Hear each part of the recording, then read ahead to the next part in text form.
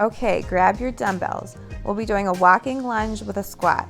So step forward into a lunge and then bring your back leg to meet your front, stepping into a squat, bringing those dumbbells up by your chest. Continue to alternate between the two.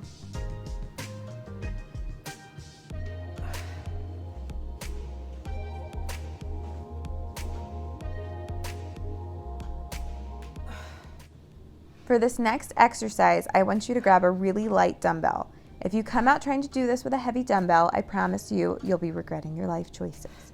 We are going to be doing a front raise with an isometric lateral raise. You lift your left leg into a lateral raise and hold. Bring your right arm out in front of you to chest level and then lower back down. In round 2, you'll hold the front raise and perform the moving lateral raise.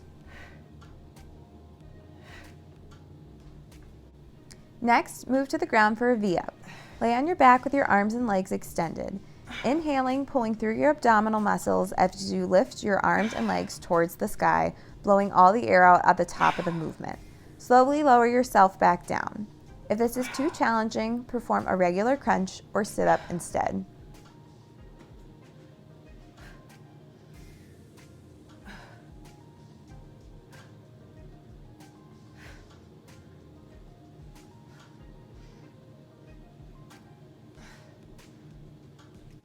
Finish off with a front raise with the isometric lateral hold on the opposite side, lifting the right arm into the isometrical hold and raising the left arm in front of you to chest level. Again, for round 2, you'll hold the front raise and perform the moving lateral raise. Like I said, use a light weight. I'm using 5s and my arms are still shaking, so if you don't want to use any weight, it is still going to give you a good burn. Circuit 2, we've got a Bulgarian split squat. Start with your feet about hip width apart and then raise your right leg onto a bench or chair behind you. Holding one dumbbell in your right hand, slowly lower yourself into a lunge. Feel free to use a wall or a chair for stability. If this is too challenging or you do not have a chair, just perform a static lunge instead.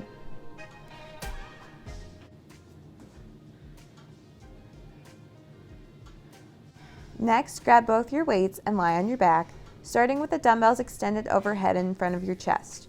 Open your arms out into a chest fly, remembering to keep a slight bend in your arm and not to overextend at the bottom of the move. Bringing the dumbbells back to center, bend your arms and lower the dumbbells behind you in a tricep extension. Bring them back to center and repeat, alternating between the two. To make this more challenging, feel free to bring your knees into your chest to work your core.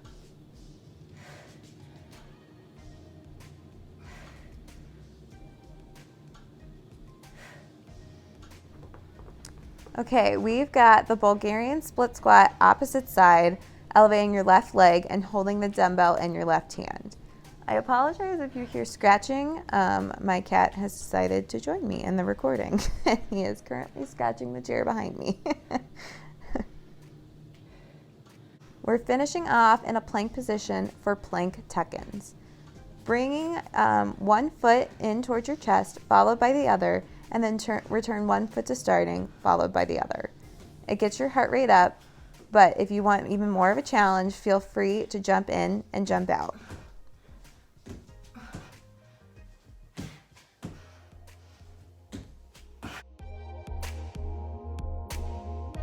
All right, now we're going to get a little crazy. We're doing a one-legged toe touch with a row. Starting with the right side, balance on your left leg, holding the dumbbell in your right hand. Hinge at the hips and lean forward, extending your right leg out behind you. Hold this position as you raise the dumbbell towards your side. Lower the dumbbell and then lower the foot back to the ground. Repeat all reps on the right side. If this is too challenging, use a wall or chair to stabilize yourself, or you can keep your toes on the ground as you simply hinge at your hips and perform the row without the toe touch.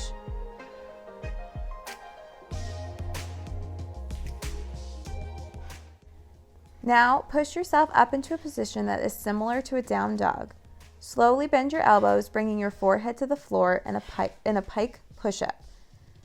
Now, when we do a typical push-up, we are working more of our chest, and this push-up is working more of our shoulders. Bend your knees to make this easier. To add more of a challenge, you can add a toe touch after each push-up.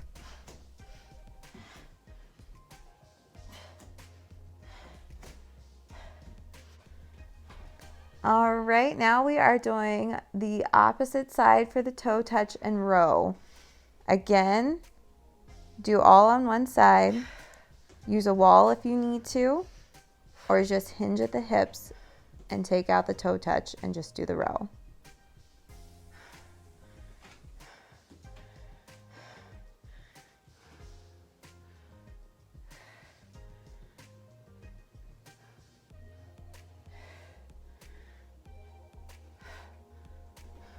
Let's finish off the circuit with some burpees. I think we've gone over burpees quite a bit, so I'm just going to run through all the different bus stops for you, and feel free to get off wherever you feel comfortable.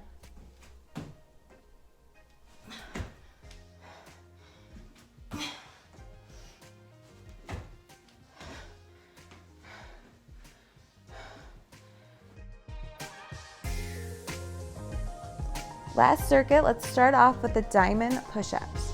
Getting into a plank, you are going to bring your arms closer to your side and your hands will come out in front of you in a diamond shape. These are very difficult. I can really only do 3 or 4 without having to drop to my knees, so feel free to drop your knees if you need to.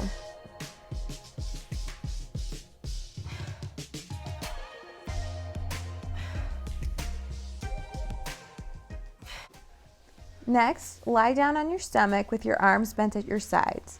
You're going to lift off the ground and extend your arms in front of you. As you bring your arms back towards your side, squeeze your shoulder blades and your back before lowering down. If you need more of a resistance, loop a band around your arms.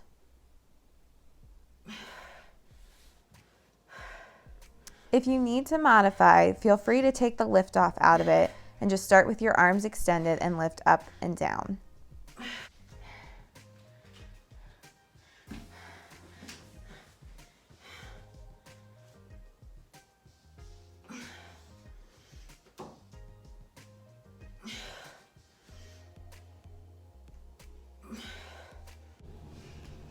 All right, now we are going to come down into an elbow plank. Keeping a tight core, use your back, core, and shoulder muscles to pull your weight forward, coming up on the tops of your toes. Push back again the other way. This motion is like a saw going back and forth, and that's what your body should look like. If this is too challenging, just hold the elbow plank.